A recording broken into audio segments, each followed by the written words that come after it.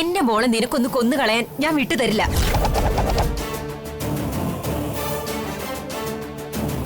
അവളെ എങ്ങനെ രക്ഷിക്കണമെന്ന് എനിക്കറിയാം.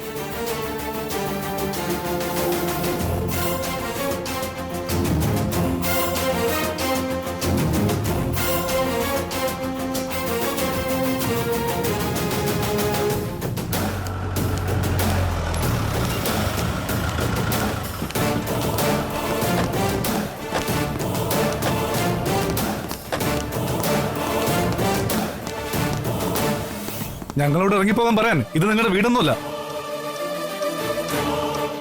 കുഞ്ഞിനെ കാണാനും സംരക്ഷിക്കാനുമാണ് ഞങ്ങൾ വന്നതെങ്കിൽ അത് കഴിഞ്ഞിട്ടേ പോകൂ.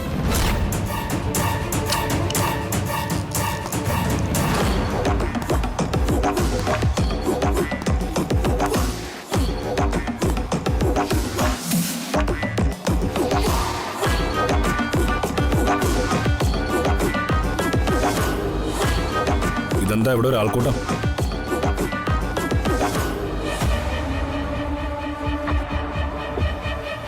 കുഞ്ഞിനെ സ്കൂളിൽ നിന്ന് തട്ടിയെടുത്തത് പോലീസാണോ? Police arrest ചെയ്യാമെന്നായിരിക്കോ? ഞങ്ങൾ കുട്ടിയുടെ മൊഴിയെടുക്കാൻ വന്നത്. മാളു ഞങ്ങൾ തിരിച്ചറിഞ്ഞിട്ടുണ്ടാവോ? മറഞ്ഞു നിന്നാലും തിരിച്ചറിയാനുള്ള ബുദ്ധിയൊക്കെ അവൾക്കുണ്ട്. കൊച്ചിന്റെ അച്ഛനും അമ്മയും ഒഴികെ ബാക്കി എല്ലാരും പുറത്തേക്കുന്നേ.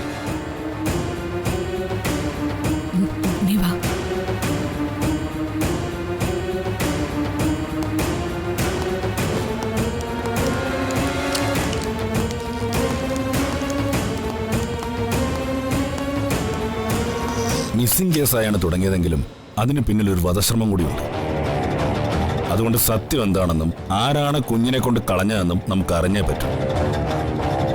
ഞങ്ങൾ മോളോടൊന്ന് ചോദിക്കട്ടെ. സർ, അത് എന്തെങ്കിലും പ്രശ്നമുണ്ടോ? സാർ ചോദിച്ചോളൂ, എനിക്കും അതറിയണം. ആ മോളെ ആരാ തട്ടിക്കൊണ്ടുപോയെന്നറിയാമോ? തട്ടിക്കൊണ്ടുപോയോ? മോൾ എങ്ങനെയാ കിണറ്റി വീണത്? അറിയില്ല. മാളുവിന് ഒന്നും ഓർമ്മയില്ല സർ. ഞാനതാ ആദ്യം പറയാൻ വന്നത്. പിന്നെ സാർ ചോദിക്കുമ്പോൾ എന്തെങ്കിലും ഓർമ്മ വന്നാൽ നല്ലതാണല്ലോ എന്ന് കരുതിയാ ചോദിച്ചോളാൻ പറഞ്ഞത്. ആ ഡോക്ടറിനെ ഇങ്ങോട്ട് വിളിക്കും.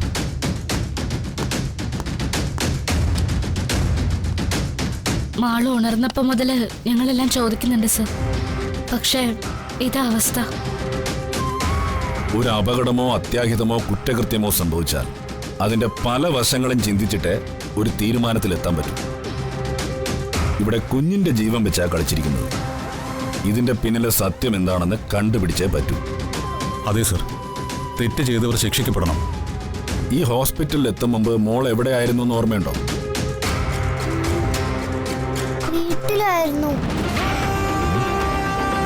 വീട്ടിൽ എന്ത് ചെയ്യായിരുന്നു? ഉറങ്ങുകയായിരുന്നു. അല്ല, കളിക്കുകയായിരുന്നു. ഗംഗയുടെ കൂടെ അല്ല, പാവയുടെ കൂടെ. ദേ ഗംഗയും ഉണ്ടായിരുന്നു.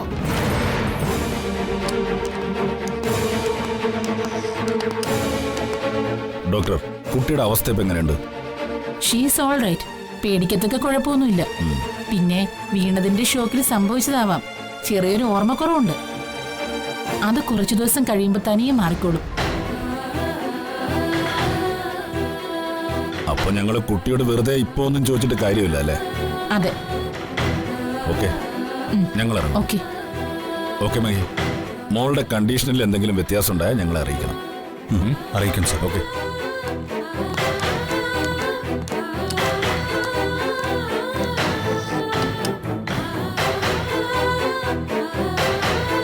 പേടിക്കണ്ട കേട്ടോ മോളെ.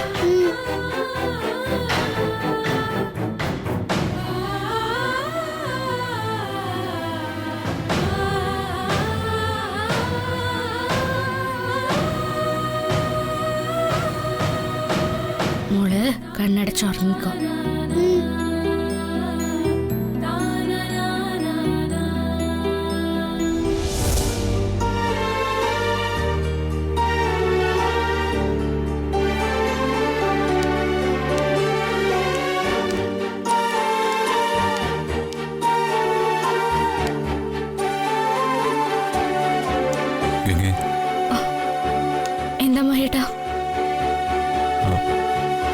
എനിക്ക് എന്നോട് ദേഷ്യമുണ്ടോ? മഹേട്ടനോട് എനിക്ക് ദേഷ്യം. ഇത് എന്തായി പറയുന്നേ? അല്ല ഗംഗേ, കുഞ്ഞിനെ കാണാതായ ടെൻഷനിൽ ഞാൻ നിന്നെ എന്തൊക്കെയോ പറഞ്ഞു. നീ എന്നോട് ക്ഷമിക്കണം. അതാണോ കാര്യം? അതൊന്നും സാരമില്ല മഹേട്ട. മഹേട്ടനെ എനിക്ക് നന്നായിട്ട് അറിയാം. പിന്നെന്താ? അതല്ല ഗംഗേ, ഞാനൊരിക്കലും അങ്ങനെയൊന്നും പറയാൻ പാടില്ലായിരുന്നു. നിനക്ക് മാളിനോടുള്ള സ്നേഹം മറ്റാരും മനസ്സിലാക്കിയില്ലെങ്കിലും ഞാനത് അറിയണമായിരുന്നു. അതെനിക്കറിയാലോ മഹേട്ട. എന്നെ മഹേട്ടന്റെ ജീവിതത്തിലേക്ക് കൂട്ടിയത് തന്നെ അതറിയാവുന്നതുകൊണ്ടല്ലേ? അതെ, പക്ഷേ പെട്ടെന്നൊരു നിമിഷം ഞാൻ മാളുവിന്റെ അച്ഛൻ മാത്രമായി പോയി. അവിടെ നിന്റെ മനസ്സ് ഞാൻ മറന്നു. നീ എന്നോട് ക്ഷമിക്കണം. മഹേട്ടൻ ഇങ്ങനൊക്കെ പറയുന്നതാ എന്നെ കൂടുതൽ വിഷമിപ്പിക്കുന്നത്. മാളു എനിക്കെന്റെ സ്വന്തം മോളാ. അറിയാം. സ്വന്തം ജീവൻ പോലും മറന്നാണ് നീ എന്റെ കുഞ്ഞിനെ രക്ഷിച്ചത്. ഇങ്ങനെയൊക്കെ ചെയ്യാൻ നിനക്ക് മാത്രമേ സാധിക്കൂ. പ്രസവിച്ചതുകൊണ്ട് മാത്രമേ ഒരു സ്ത്രീക്ക് അമ്മയാവാൻ പാടുള്ളൂന്നില്ലല്ലോ. എന്റെ മനസ്സുകൊണ്ട് ഞാൻ പ്രസവിച്ച എന്റെ സ്വന്തം മോളാ മാളു. സ്വന്തം കുഞ്ഞിന് വേണ്ടി ഒരമ്മ എന്ത് ത്യാഗവും ചെയ്യില്ലേ? അതല്ലേ ഞാനും ചെയ്തുള്ളൂ. അതെ, നിന്റെ ഈ മനസ്സിനെ തെറ്റിദ്ധരിച്ച എന്നോട് ഈശ്വരൻ പോലും പൊറുക്കില്ല. സത്യം പറയാല്ല, എന്റെയും മാളുവിന്റെയും ഭാഗ്യമാണ് ഗംഗേ നീ.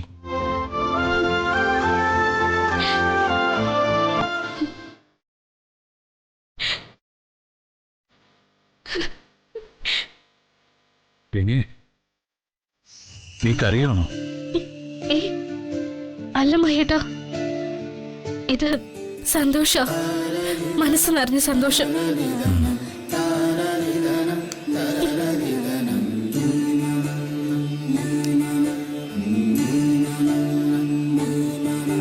ഗംഗേ, സത്യമാണ് ഞാൻ പറഞ്ഞത്. നീ ശരിക്കും ഞങ്ങളുടെ ഭാഗ്യമാണ്. അല്ല മഹേട്ടാ, മഹേട്ടന്റെയും എന്റെ മാളുവിന്റെ ജീവിതത്തിലേക്ക് വരാൻ പറ്റിയ ഞാനാ ഭാഗ്യവതി. എനിക്ക് എന്തൊരു ഭയമുണ്ട് മഹേട്ടാ. എന്ത്?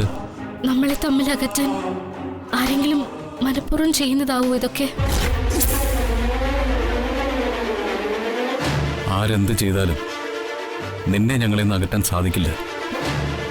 കാരണം എൻ്റെ കുഞ്ഞിനെയും എന്നെയും നീ അത്രയ്ക്ക് സ്നേഹിക്കുന്നുണ്ട്. ആ സത്യം എനിക്കറിയാവുന്നിടത്തോളം ആർക്കും അതിന് സാധിക്കില്ല.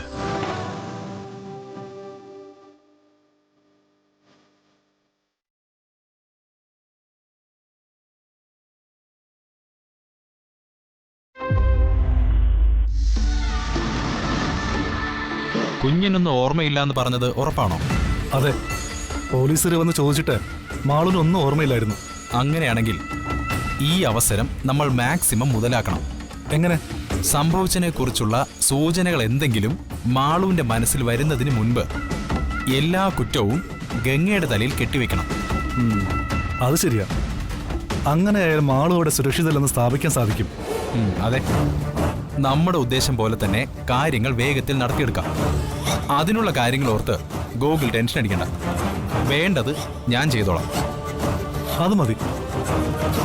ഇതോടെ മഹിയുടെ അഹങ്കാരം അവസാനിക്കണം. മാളു അവന്റെ ഒപ്പം നിൽക്കുന്നതാ മഹിയുടെ ബലം. മാളുവിനെ നഷ്ടമായാൽ ഒരു പരിധി വരെ മഹി തകരും. ഞാൻ വിചാരിച്ചത് പോലെ തന്നെ കാര്യങ്ങൾ നടക്കും. കാര്യങ്ങളെല്ലാം കൈപ്പിടിയിലെത്തി കഴിയുമ്പോ പറഞ്ഞ വാക്ക് മറക്കരുത്. ഹേയ്, ഒരിക്കലുമില്ല. ഞാനങ്ങനെ ചെയ്യോ? വക്കീലിനെ പിണക്കിയ എന്താവെന്ന് എനിക്ക് നന്നായിട്ട് അറിയാം. മരിച്ചുപോയ പെങ്ങളോടുള്ള സ്നേഹം കൊണ്ട് അവളുടെ കുഞ്ഞിനെ വീണ്ടെടുക്കാനാ ഞാൻ ഈ പാടുപെടുന്നതെന്നാ എന്റെ അമ്മ പോലും കരുതിയിരിക്കുന്നത്. സത്യങ്ങൾ അറിയുന്നത് വക്കീലിന് മാത്രമാണ്. ആ വക്കീലിനെ ഞാൻ കൂടെ തന്നെ നിർത്തും. അത് മതി. ഇനി വേണ്ടതൊക്കെ ഞാൻ ചെയ്തോളാം. എല്ലാ പഴികളും ഗംഗയുടെ മേൽ ആരോപിച്ച് തന്നെ നമ്മൾ ആ കുഞ്ഞിനെ നേടിയെടുക്കും.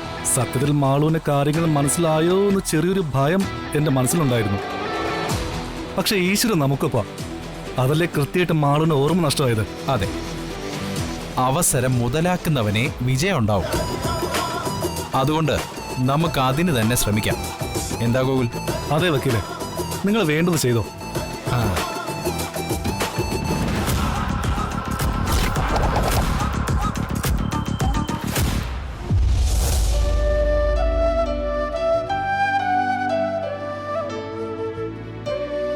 ഇപ്പൊ വേദന ഉണ്ടോ മോളെ? ഇല്ല. കുറവുണ്ടോ? ഉം.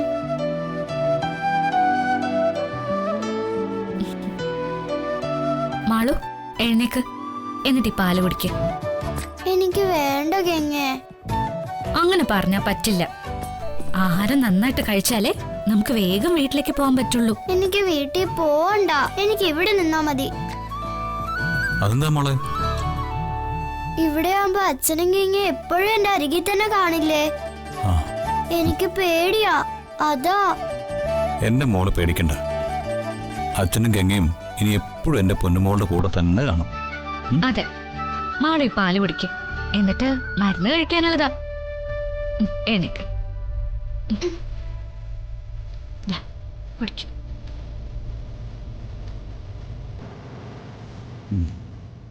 മോള് നന്നായിട്ട് പേടിച്ചിട്ടുണ്ട്. അതെ, അത്തരം സംഭവങ്ങളല്ലേ നടന്നത്.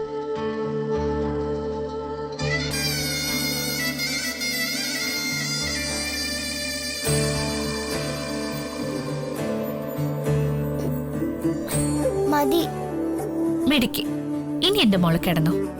വെണ്ണിലവ് കണ്ണ് വച്ച വെണ്ണക്കൂടമേ, വെള്ളി വെയിലുമ്മ വച്ച പാദസരമേ, എന്റെ നെഞ്ചിലുറങ്ങണ മുല്ലക്കൊടിയേ, മോൾ ഉറങ്ങിക്കോ, അച്ഛൻ കൂടെ ഉണ്ട്. എടുത്ത മുത്തുമണിയേ, മിന്നാം മിന്നിപ്പൊട്ടും തൊട്ട് കണ്ണാന്തുമ്പി കണ്ണും നട്ട് പൊന്നാരം പറയേണ്ടേ കണ്ണീറയേ, വെണ്ണിലവ് കണ്ണ് വച്ച വെണ്ണക്കൂടമേ, മുത്തിനുള്ളിൽ നിന്നെടുത്ത മുത്തുമണിയേ.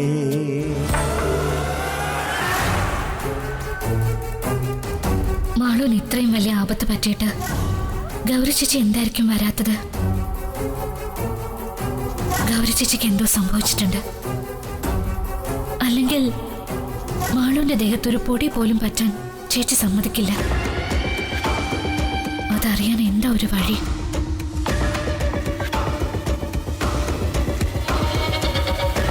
ഇനി ഭട്ടതിരിക്ക് മാത്രമേ സഹായിക്കാൻ പറ്റൂ. അനങ്ങാൻ കഴിയാത്ത വിധം ആരോ ഗൗരി ചേച്ചിയെ ബന്ധിച്ചിട്ടുണ്ടാവും. അത് എന്താണെന്ന് എങ്ങനെയും കണ്ടെത്തണം. ഉടനെ ഭട്ടതിരിയെ കണ്ടേ മതിയാവും.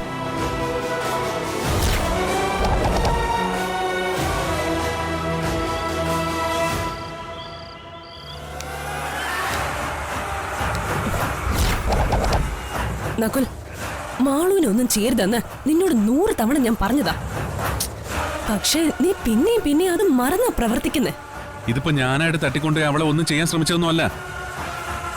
പോലീസുകാരുടെ കയ്യിൽ നിന്ന് രക്ഷപ്പെട്ട് ഓടി വന്ന എന്റെ മുന്നിലേക്ക് അവളെ ഒന്ന് വീണതാ. പിന്നെ ആ കുരിപ്പിനെ കണ്ട അറിയാതെ എന്റെ രക്തം തിളയ്ക്കും. അവളെ ഒറ്റയടിക്ക് തീർക്കാൻ തോന്നും.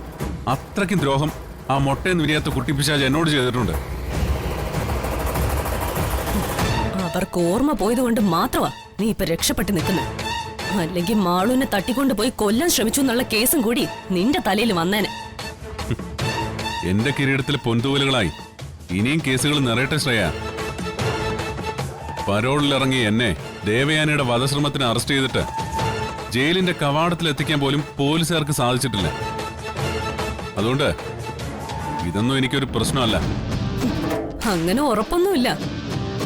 മാളൂന് ഓർമ്മ വന്ന അവള് നിന്റെ പേര് പറഞ്ഞ ഉറപ്പായിട്ടും പോലീസ് നിന്നെ പൊക്കും. അല്ലെങ്കിൽ മഹേട്ടൻ നിന്നെ പൊക്കും.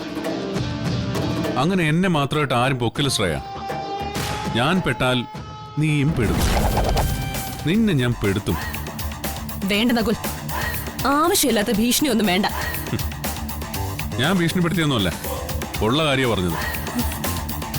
അതുകൊണ്ട് ഞാൻ പിടിക്കപ്പെടാതിരിക്കേണ്ടത് നിന്റെ കൂടി ആവശ്യമാണെന്ന് നീ മനസ്സിലാക്കണം.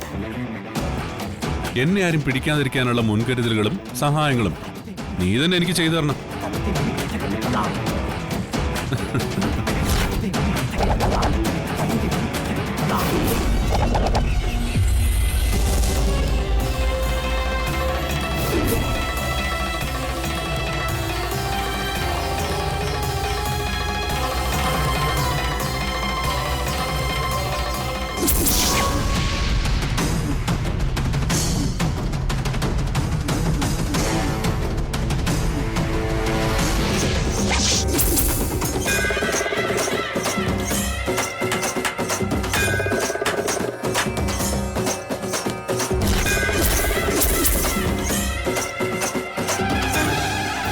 ഗംഗ പറഞ്ഞത് ശരിയാണ്. ഗൗരി ആപത്തിലാണ്. അതുകൊണ്ടാണ് മാളുവിന് ആപത്ത് സംഭവിച്ച സമയത്ത് ഗൗരിക്ക് വരാൻ സാധിക്കാത്തത്. ഗൗരി ചേച്ചിയെ എങ്ങനെ രക്ഷിക്കാൻ തിരുമേനി? ഞാനൊന്ന് നോക്കട്ടെ.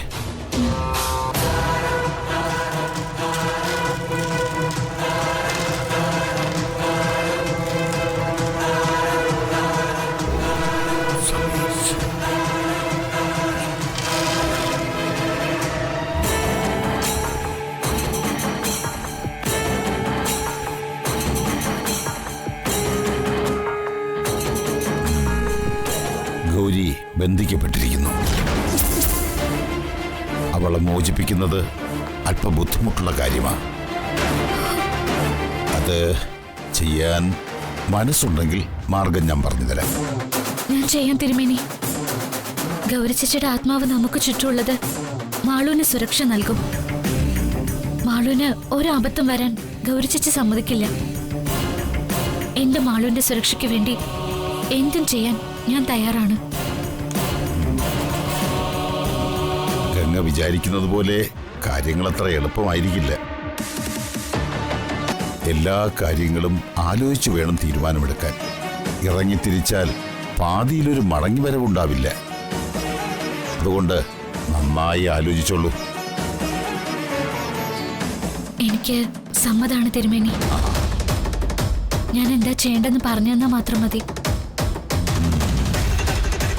ശരി. ഗൗരിയുടെ ആത്മാവ് ബന്ധിക്കപ്പെട്ടിരിക്കുന്നത് ഇല്ലിമലക്കാട്ടിലാണ്. അവിടെ പോയി ഗൗരിയെ ബന്ധിച്ചിരിക്കുന്ന പാലമരത്തിൽ തറച്ച ആണി ഊരിയെടുക്കണം. ശരി തിരുമേനി. ഗംഗ ഒറ്റയ്ക്ക് വേണം അങ്ങോട്ട് പോകാൻ. ഗംഗയുടെ യാത്രയ്ക്ക് ധൈര്യവും ശക്തിയും കിട്ടാൻ എന്റെ പ്രാർത്ഥനയുണ്ടാവും. ഗംഗ പോകുന്ന സമയത്ത് ഞാനിവിടെ പൂജയിലായിരിക്കും. പിന്നെ ഇന്ന് രാത്രി തന്നെ ഗംഗ ഇല്ലിമലക്കാട്ടിലേക്ക് പോയിരിക്കണം. ഇന്ന് അമാവാസിയാണ്. നാളെ നേരം പുലരുന്നതിന് മുമ്പ് ഗൗരിയുടെ ആത്മാവിനെ മോചിപ്പിക്കാൻ സാധിച്ചില്ലെങ്കിൽ പിന്നീട് ഒരിക്കലും അത് നടക്കില്ല. ഞാൻ ഇന്ന് തന്നെ പോവാം. കാര്യങ്ങള് വിചാരിക്കുന്നത് പോലെ എളുപ്പമല്ല. ഗൗരിയുടെ ആത്മാവിന് കാവലായി അവിടെ ഒരു ദുരാത്മാവിനെ നിർത്തിയിട്ടുണ്ട്. അതുകൊണ്ട് തന്നെ പോകുന്ന വഴിയിൽ പല തടസ്സങ്ങളും ഉണ്ടാവും.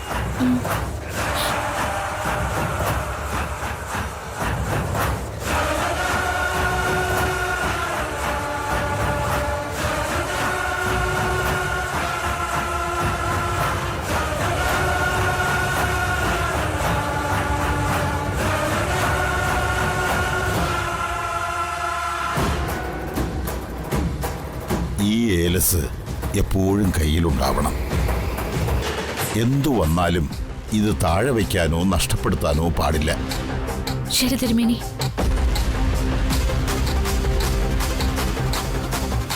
ദാ ഈ ചരട് ആണി ഊരുന്നതിന് മുമ്പ് മരത്തിൽ കെട്ടണം. പിന്നെ ആ ദുരാത്മാവിന് ഒന്നും ചെയ്യാൻ കഴിയില്ല.